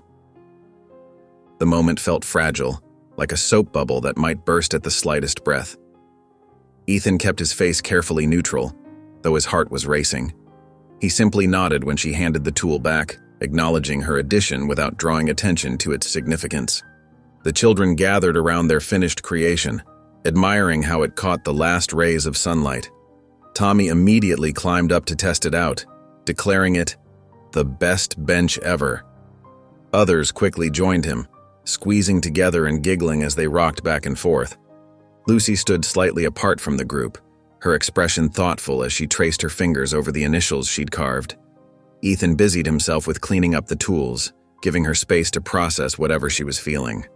"It's not totally horrible," she finally said, loud enough for him to hear but not looking directly at him. "For a bunch of kids and an amateur carpenter." Ethan smiled at the wood shavings he was sweeping up. "High praise indeed. We make a pretty good team." Lucy didn't respond, but she stayed until all the tools were packed away and Ms. Marla called everyone in for dinner. As she turned to go inside, she paused by the bench one last time, her hand resting briefly on those 2 simple letters she'd burned into the wood, a small acknowledgement of a truth she was slowly beginning to accept. The bench stood in the last light of day, solid and welcoming, marked with the signatures of all who had helped create it. Among them, those 2 letters, HW, stood as a quiet testament to a young girl's cautious step toward embracing her true identity. The children's home settled into a rhythm with Ethan's presence becoming natural. He arrived daily with tools and coffee, tackling repairs while bonding with the children. Tommy followed him like a shadow, Sarah supervised his painting, and Lucy gradually warmed up, no longer leaving rooms when he entered. Lucy surprised everyone by designing an elaborate birdhouse that outshone Ethan's models. Ms. Marla insisted he join their meals, where he shared edited stories about his architectural career. One evening after dinner, Ethan received a disguised phone call. Some people don't like losing valuable things. The past doesn't stay buried forever. The line went dead, leaving him worried the old kidnapping case might threaten the home. The next day, Ethan discreetly upgraded security, installing high-security locks, motion sensor lights, reinforced windows, and a hidden security system. Lucy noticed his increased activity but seemed to accept his casual explanations. That night, Ethan parked nearby to watch over the home. He decided against telling Ms. Marla about the threat, not wanting to disturb their peace. He remained vigilant, determined to protect this newfound family and the fragile trust they'd built, especially Lucy, though he corrected himself to respect her chosen name even in his thoughts. The autumn air carried the sounds of children's laughter across the children's home's small backyard. Colorful streamers and hand-painted banners decorated the worn fence, transforming the usually modest space into a cheerful festival ground. Ms. Marla had organized this small gathering to thank their regular donors and volunteers, though Ethan suspected she also wanted to show the children that people cared about their little community. Ethan sat at a wobbly card table surrounded by face paint supplies and a line of excited children. He'd discovered, to his surprise, that his steady architect's hands were quite good at painting simple designs. Tommy proudly sported a wobbly superhero mask, while Sarah couldn't stop giggling at her rainbow butterfly cheeks. "You're doing it wrong," Lucy's voice came from behind him as he attempted to paint a dragon on 6-year-old Michael's face. "The scales are all different sizes." Ethan leaned back, pretending to study his work critically. "Well, perhaps you could show me the proper technique? I'm clearly out of my depth here." Lucy rolled her eyes but pulled up a folding chair beside him. "Give me the green paint," she said, taking the brush from his hand. Her strokes were confident and precise as she fixed the dragon design. Michael beamed at his reflection in the small mirror she held up. "That's way cooler," he declared before running off to show his friends. "You're quite the artist," Ethan said softly, watching as Lucy began organizing the paint bottles by color. She shrugged, but he could see the small, pleased smile she tried to hide. Someone has to make sure you don't mess up completely. They worked side by side for the next hour, Lucy taking the more complicated requests while Ethan handled simple stars and hearts. The easy rhythm of their cooperation felt precious to him, like a delicate soap bubble that might burst if he drew attention to it. Ms. Marla moved through the crowd of visitors and children, making sure everyone had enough snacks and lemonade. The handful of regular donors, mostly local business owners and church groups, chatted with the older kids about their school projects and future plans. It was exactly the kind of normal, happy afternoon the children deserved. Ethan was just finishing a butterfly design for one of the younger girls when movement at the fence caught his eye. A man stood partially hidden behind the old oak tree, watching the festival. He wore a dark jacket despite the warm weather, and something about his stance made Ethan's instincts prickle with alarm. "Lucy, can you take over here for a minute?" he asked casually, standing up. "I need to check something." Lucy nodded, already focused on improving the butterfly design he'd started. Ethan moved carefully through the crowd, trying not to draw attention to himself or alert the stranger that he'd been spotted. But by the time he reached the fence, the man had vanished. Ethan walked around the perimeter of the property, checking the surrounding streets, but found no sign of the mysterious observer. The festival continued behind him, cheerful and ordinary, but his sense of unease had deepened. When he returned to the face painting station, Lucy had transformed it into an impressive operation, with children now getting elaborate designs that put his simple attempts to shame. She glanced up as he approached. "You okay?" "You look weird," she said, adding final touches to a tiger mask. "Just needed some air," he replied, forcing a smile. "Those paint fumes must be getting to me." The festival wound down as the afternoon stretched into evening. Parents collected their children, donors said their goodbyes, and the remaining kids helped clean up while munching on leftover cookies. Ethan found himself watching the street more than the cleanup, noting every passing car and pedestrian. As he helped Ms. Marla fold up tables in the growing dusk, she touched his arm gently. "Ethan, could you help me check something in the storage room? These old bones aren't what they used to be." He followed her inside, recognizing the excuse for what it was. In the dim storage room, surrounded by boxes of donated clothes and toys, Ms. Marla turned to face him with worried eyes. "There's been a car," she said quietly. "Dark sedan, different license plate each time, but the same car. It parks across the street at night, sometimes for hours. I noticed it 3 days ago." Ethan's jaw tightened. "I got a call," he admitted. "Someone trying to intimidate me, hinting about the past, about hope." Ms. Marla's face paled slightly. The people who took her? Maybe. Or someone connected to them. Ethan ran a hand through his hair. "I've been watching at night, but I can't be everywhere. We need to be careful. Keep Lucy close without scaring her." "She's finally starting to trust you," Ms. Marla said softly. "To trust this place is more than just a temporary shelter." "I know." Ethan's voice was rough with emotion. "I won't let anyone destroy that. But we need to be smart about this. Extra vigilant." They discussed practical measures, keeping the children inside after dark, having volunteers walk in pairs to their cars, making sure all activities were supervised. Ms. Marla agreed to start keeping a log of any suspicious vehicles or people she noticed. Through the small window, they could see Lucy helping the younger children gather fallen streamers from the yard. She was smiling, relaxed in a way Ethan had rarely seen, giving Tommy a piggyback ride as she worked. "Look at her," Ms. Marla said quietly. "She's finally starting to act like a normal teenager, not just a survivor. We have to protect that." Ethan nodded, his resolve strengthening. "I'll stay closer, find reasons to be here more often. Maybe offer some art classes since she seems to enjoy that. But we keep this between us for now. She needs to feel safe." "And you?" Ms. Marla asked, her wise eyes studying his face. "How are you handling this?" "I lost her once," Ethan said, watching his daughter laugh at something Tommy whispered in her ear. "I won't lose her again, whatever it takes." The night air was cool and crisp, carrying the sweet scent of autumn leaves. Most of the children's home was dark and quiet, with only a few security lights casting long shadows across the yard. Inside, the younger children were fast asleep, their day filled with games and laughter now giving way to peaceful dreams. Lucy couldn't sleep. She tossed and turned in her narrow bed, listening to the soft breathing of her roommates. The small garden patch she'd started near the back fence called to her like it always did when her mind was too busy for rest. Gardening helped quiet her thoughts, made her feel grounded and safe. Carefully, she slipped out of bed, already dressed in her jeans and sweater. She'd done this many times before, sneaking down the creaky stairs, knowing exactly which steps to avoid. The back door's lock was tricky, but Lucy had mastered the art of turning it silently. She grabbed her small watering can from behind the recycling bins and filled it at the outdoor spigot. The security lights created pools of yellow brightness, but Lucy stayed in the shadows, preferring the quiet darkness. Her little garden wasn't much, just a few hardy flowers and some stubborn vegetables.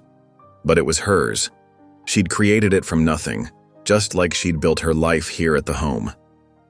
As she knelt beside her plants, gently pouring water around their roots, Lucy hummed softly to herself. It was that lullaby again, the one that seemed to live in her bones, even though she couldn't remember learning it. The one Mr. Wren had mentioned. A twig snapped somewhere in the darkness.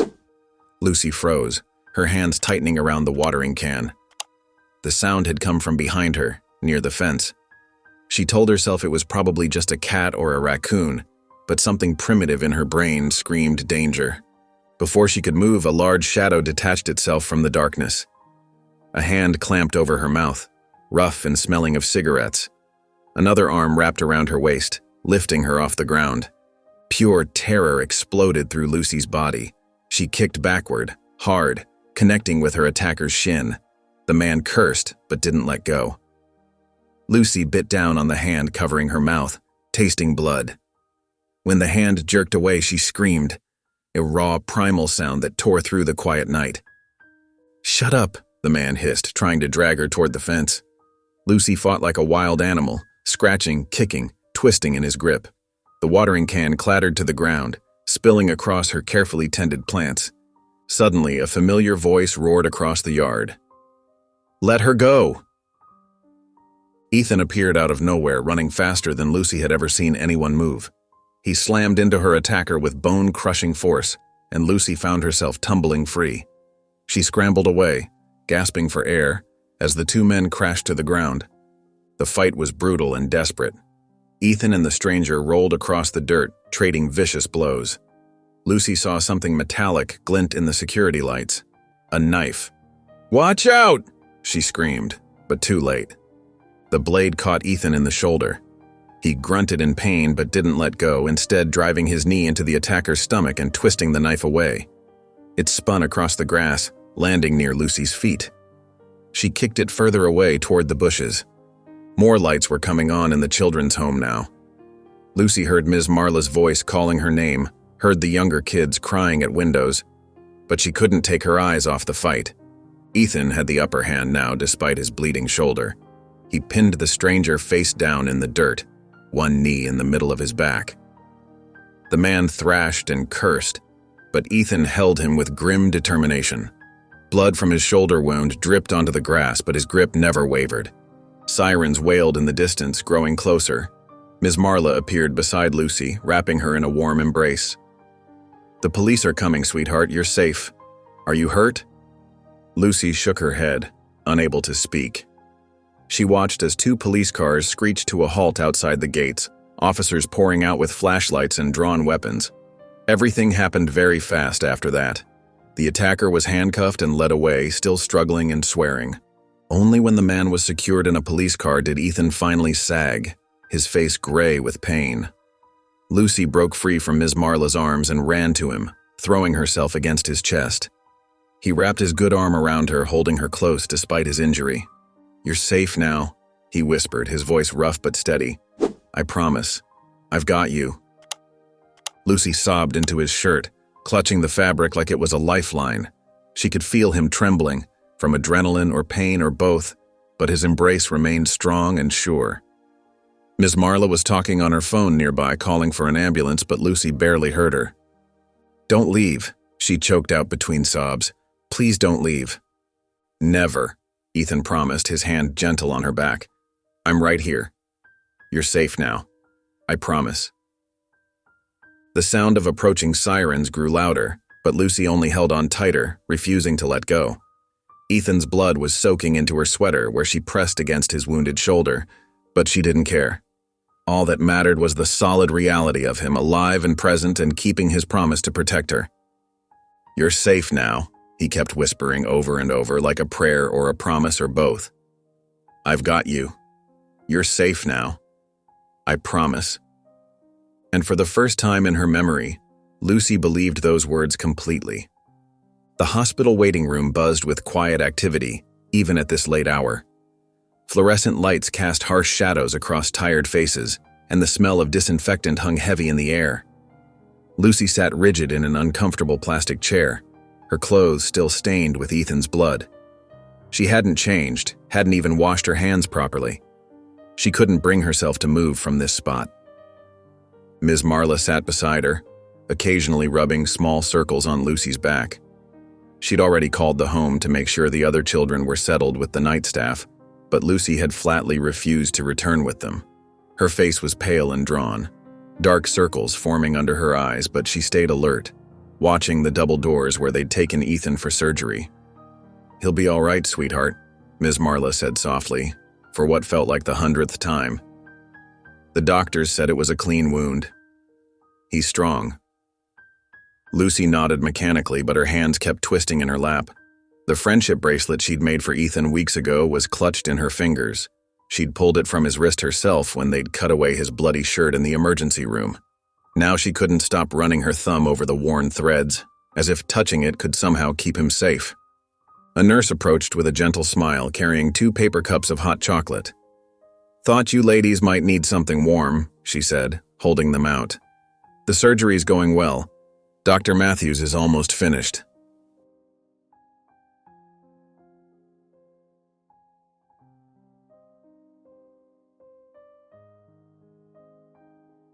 Ms. Marla accepted both cups, but Lucy couldn't bring herself to drink. Her stomach was tied in knots. If she hadn't gone out to the garden, if she'd just stayed in bed, if she hadn't been so stubborn all these weeks when Ethan was just trying to... "Stop that," Ms. Marla's voice cut through her thoughts. "I can see you blaming yourself, Lucy. This wasn't your fault. That man was evil, and Ethan did exactly what any father would do." Lucy flinched at the word father, but didn't argue. She couldn't deny it anymore, not after tonight. Not after watching Ethan take a knife meant for her, hearing him promise over and over that she was safe, even as his own blood soaked the ground. The clock on the wall ticked steadily forward. 1 hour became 2, then 3. Ms. Marla dozed occasionally in her chair, but Lucy stayed awake, her eyes fixed on those doors. Other families came and went, their own dramas playing out in whispered conversations and muffled sobs. Lucy barely noticed them. Finally, a tired-looking doctor emerged, heading straight for them. Lucy shot to her feet, her heart hammering. "Mr. Wren came through the surgery perfectly," he said, smiling at her obvious concern. "The knife missed anything vital. He'll need physical therapy, but he should regain full use of his arm. Would you like to see him?" Lucy nodded so hard her neck hurt. Ms. Marla squeezed her shoulder as they followed the doctor down a quiet hallway. "He's still groggy from the anesthesia," he warned, "but he should wake up soon. Try not to excite him too much." The hospital room was dimly lit, monitors beeping softly beside the bed. Ethan lay still, his face peaceful despite the bandages visible beneath his hospital gown. An IV dripped steadily into his arm, and his skin looked pale against the white sheets. Lucy moved to his bedside like she was in a trance. He looked smaller somehow, vulnerable in a way she'd never seen before. Without his usual quiet strength, she could see the worry lines around his eyes, the gray threading through his hair. How many nights had he spent searching for her? How many years had he carried that pain? "I'll get us some fresh coffee," Ms. Marla said tactfully, leaving Lucy alone with him. She sank into the chair beside his bed, still clutching the friendship bracelet.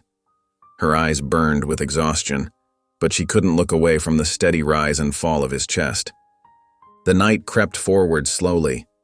Nurses came and went, checking vitals and adjusting equipment. They offered Lucy blankets and suggestions to go home and rest, but she shook her head each time. She couldn't leave. Not now. Not after everything. Somewhere in the quiet hours before dawn, Lucy's eyes grew too heavy to keep open. She curled up in the chair, her head resting awkwardly against the plastic arm. The friendship bracelet remained wrapped tightly around her fingers as she drifted into an uneasy sleep. She dreamed of gardens and lullabies, of strong arms lifting her high into the air, of a woman's laugh that sounded like sunshine. She dreamed of a blanket with her initials, of a house filled with light and love, of a life she couldn't quite remember but somehow knew was real. A gentle touch on her hand pulled her back to consciousness. Lucy's eyes fluttered open to find Ethan watching her, his fingers weakly brushing against hers. His eyes were tired but clear, filled with such profound relief and love that it made her throat tight. Everything she'd been holding back, all the fear and confusion and longing, welled up inside her chest. The word slipped out before she could stop it, soft as a prayer. Dad? The autumn breeze rustled through the children's home's garden as Ethan made his way up the worn path, his arm still in a sling. The familiar crunch of leaves under his feet felt different now, like coming home rather than visiting. Children peeked through windows and doorways, their faces lighting up when they saw him. Ms. Marla stood on the porch, her weathered face creasing into a warm smile. "Welcome back, Mr. Wren," she said. But before she could say more, the front door burst open. Lucy emerged, trying to maintain a casual walk but failing to hide her eagerness. Her eyes darted to his injured shoulder, checking that he was really okay. "Hi," she said softly, hovering close to him. Her hand reached out slightly, then pulled back, unsure of what was allowed or expected now. Ethan solved her dilemma by gently wrapping his good arm around her shoulders in a loose, one-armed hug. "Hi yourself," he replied, his voice rough with emotion. Lucy didn't pull away. Instead, she leaned into his side just a little, accepting the comfort she'd denied herself for so long. The younger children couldn't contain themselves any longer. They rushed forward in a cheerful mob, careful of his injury but bubbling with excitement to show him their get-well cards and drawings. Lucy stayed right beside him through it all, watching protectively as if ready to shoo them away if they got too rowdy. As the afternoon sun began to soften, the children gradually drifted back to their usual activities. Lucy hadn't left Ethan's side, following him like a shadow as he made his way around the home, greeting everyone and thanking them for their cards. She seemed afraid he might disappear if she looked away too long. "Would you like to sit outside for a bit?" Ethan asked her gently. "That old oak tree has the best shade this time of day." Lucy nodded, already steering them toward the massive tree that dominated one corner of the playground. Its branches spread wide, creating a natural ceiling of golden leaves above the worn wooden bench beneath it. They sat together watching younger children chase each other across the yard. The silence between them was comfortable now, no longer charged with tension or unspoken fears. Lucy's fingers worried at a loose thread on her sleeve, but her shoulders were relaxed. She looked more at peace than Ethan had ever seen her. "Lucy," he said softly, choosing his words with care. "I want to talk to you about something important, but I need you to know that whatever I say, it's your choice. Okay?" She turned to look at him, wariness flickering across her face. "What kind of choice?" Ethan took a deep breath. "I know this place is your home. These children, Ms. Marla, they're your family. I would never want to take that away from you." He gestured to the building with his good arm. "But I also want you to know that you have another option now. We could build something new together if you want. A home nearby, where you could still visit everyone whenever you like." Lucy's eyes widened slightly. She looked down at her hands, then back at the children's home, taking in its familiar shabby comfort. "You mean, live with you? But not far away?" "That's right," Ethan nodded. "Close enough that you could walk here after school or have your friends over. But it would be our space too, somewhere we could start fresh." He paused, watching her process this. But only if that's what you want. If you'd rather stay here, I'll understand. I'll still be around either way. Lucy was quiet for a long moment, her face thoughtful. When she spoke, her voice was barely above a whisper. You'd let me choose? Really? Really, Ethan confirmed. This isn't about forcing anything, it's about building something together, whatever that looks like. Lucy pulled her knees up to her chest, wrapping her arms around them. Could we make it how we want it? Like, design it ourselves? A smile tugged at Ethan's lips. We absolutely could. In fact, I happen to know a thing or two about designing houses. I remember, Lucy said quietly. Ms. Marla told me you're an architect. That's why you're so good at fixing things around here. Would you like to help design it? Ethan asked. So it feels like both of us? Lucy's face brightened. Could I? I mean, I don't know much about architecture, but I have ideas sometimes. I'd love to see your ideas, Ethan said warmly. Why don't you draw some things you'd like? We can look at them together. Later that evening, after dinner had been cleared away and the younger children were getting ready for bed, Lucy sat cross-legged on the floor of the playroom. A notebook was open on her lap, and colored pencils were scattered around her. Her tongue stuck out slightly as she concentrated on her drawing. Ethan watched from nearby, pretending to read a story to some of the smaller children but stealing glances at Lucy's intense focus. Her pencil moved confidently across the paper, sketching out rooms and windows with surprising detail. He caught glimpses of what she was creating, small, cozy spaces rather than grand rooms, large windows that would let in plenty of light.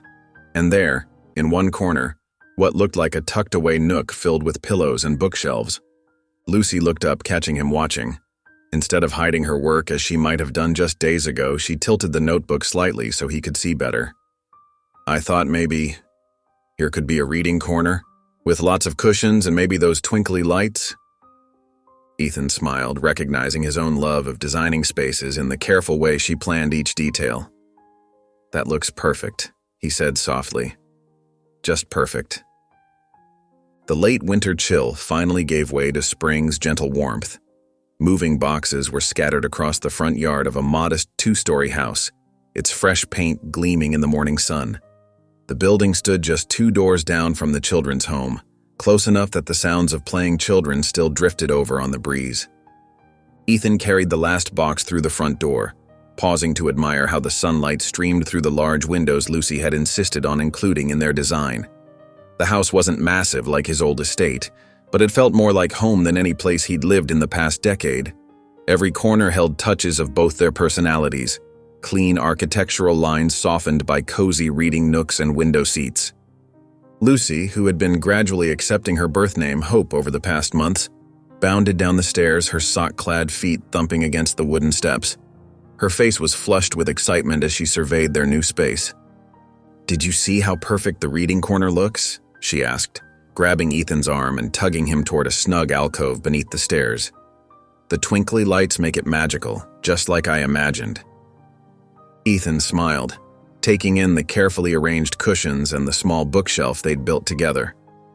"It's exactly right," he agreed, "though I think we might need more books to fill those shelves."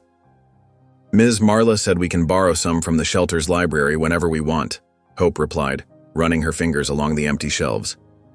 "And she said—" She hesitated, then continued more quietly. "She said Mom loved reading too. That's why you put so many bookshelves in your old house." Ethan's heart clenched at the mention of his late wife, but the pain was gentler now, softened by Hope's presence. "She did," he confirmed. "She would have loved this corner." Hope nodded, then straightened up with sudden purpose. "Is it time yet? For the tree?"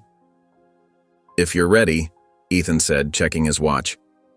"Ms. Marla and the kids should be here soon to help us plant it." As if on cue, excited voices floated through the open window. Hope rushed to the front door, throwing it open to greet their neighbors. Ms. Marla led a small parade of children, each carrying gardening tools or watering cans. Behind them, 2 older boys carefully transported a young cherry tree in a large pot. "Perfect timing," Hope called out, waving them toward the backyard. The space wasn't huge, but it was sunny and open, with plenty of room for the tree to grow. A hole had already been dug in the center of the lawn, waiting for its new occupant. Ms. Marla approached Ethan, her eyes twinkling. "Ready for the big moment?" "As ready as we'll ever be," he replied, watching Hope organize the younger children into a planting crew. She'd grown so much in the past months, not just in accepting her true identity, but in confidence and joy. Before they began planting, Hope pulled something from behind her back, a small wooden box she'd decorated herself. Inside, she'd carefully placed old photographs Ethan had saved, letters she'd written to her mother, and the very first sketch she'd made of their new home. Most precious of all was a faded Polaroid of baby Hope with her parents, recovered from the shelter's hidden files. "I want to bury it under the tree," she explained to the gathered crowd, "so all our memories can help it grow." Ethan knelt beside her as she placed the box in the hole, his throat tight with emotion. The children watched in respectful silence, sensing the importance of the moment. Ms. Marla dabbed at her eyes with her sleeve.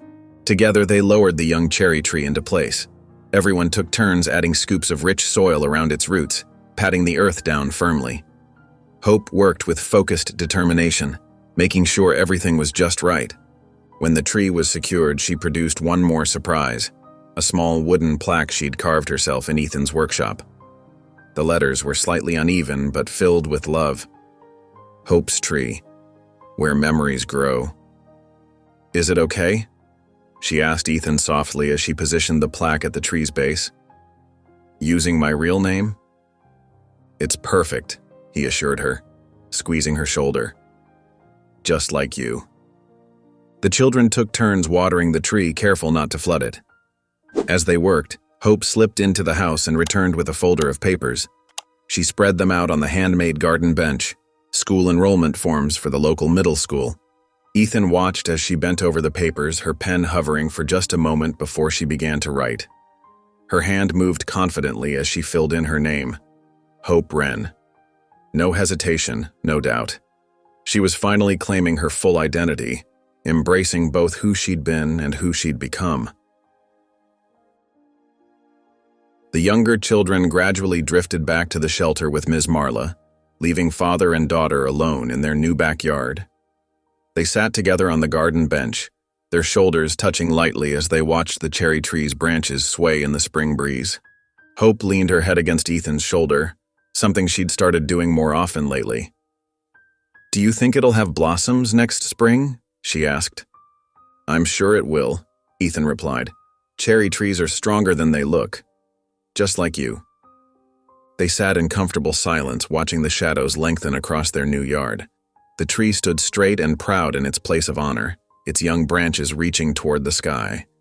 Though it was just a sapling now, they could both imagine how beautiful it would become, just like their rebuilding relationship, growing stronger every day. "Dad," Hope said softly, the word still new and precious on her tongue. "Yes, I'm glad we're home." Ethan wrapped his arm around her shoulders, holding her close as they watched their cherry tree catch the last rays of afternoon sun. They were no longer broken pieces trying to fit together, but a family made whole again, ready to grow new memories beneath the spreading branches of Hope's tree. If you enjoyed the story of Ethan and Lucy, I handpicked this next story that you will enjoy. Please don't miss this one. Click here to watch it.